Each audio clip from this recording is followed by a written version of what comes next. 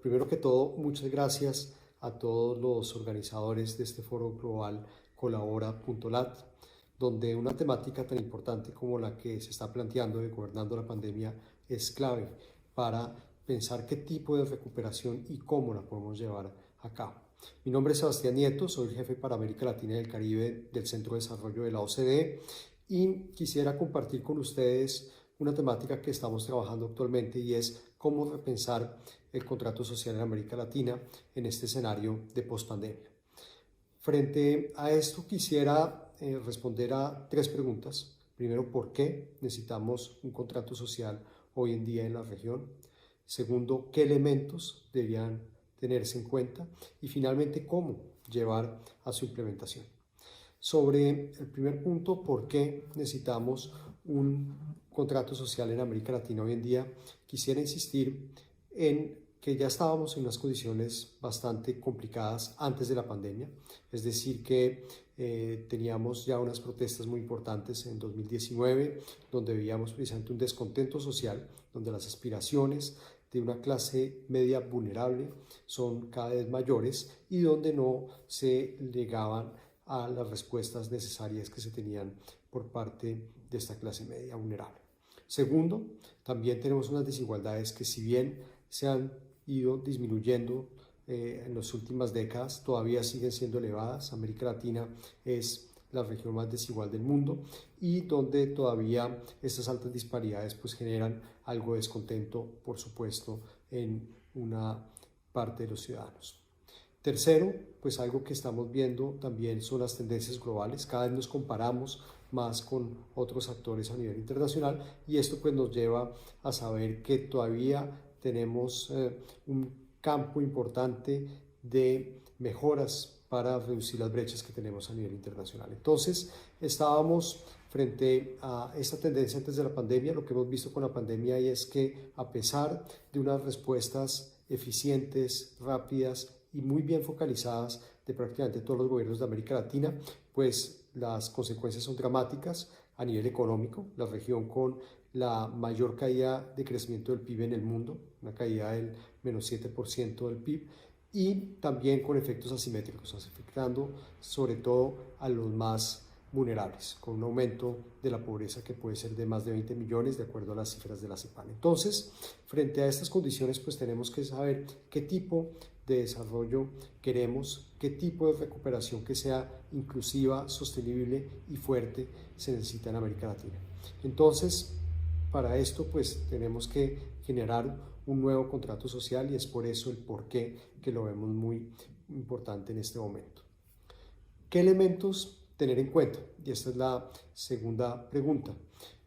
Tenemos que tener una visión comprensiva. Cuando hablamos de un contrato social, pues es precisamente una multitud de pactos que están al interior y donde vemos tres elementos fundamentales. Primero, qué tipo de estrategia productiva se quiere para generar el empleo formal que se necesita en América Latina. Estamos hablando que todavía estamos en una región donde la informalidad es mayor del 50%, es decir, más de la mitad de los trabajadores son informales en América Latina y para esto necesitamos una estrategia productiva muy bien definida con las ventajas comparativas que podemos tener en cada país y alianzas importantes para generar mejores cadenas regionales de valor.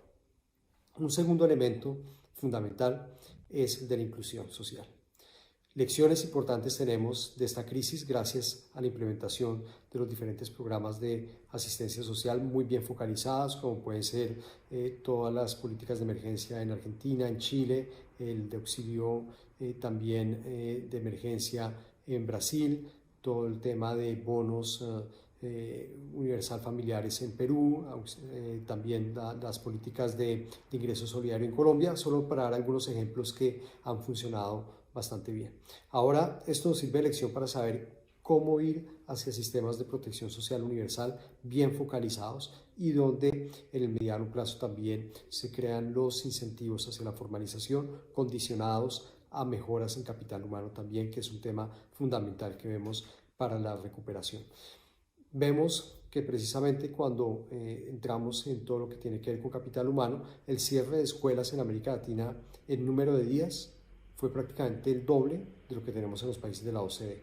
Entonces ahí nuevamente qué tipo de acompañamiento se va a hacer en esta agenda de recuperación, y para esto es algo que lo vemos fundamental dentro de esta componente de inclusión social.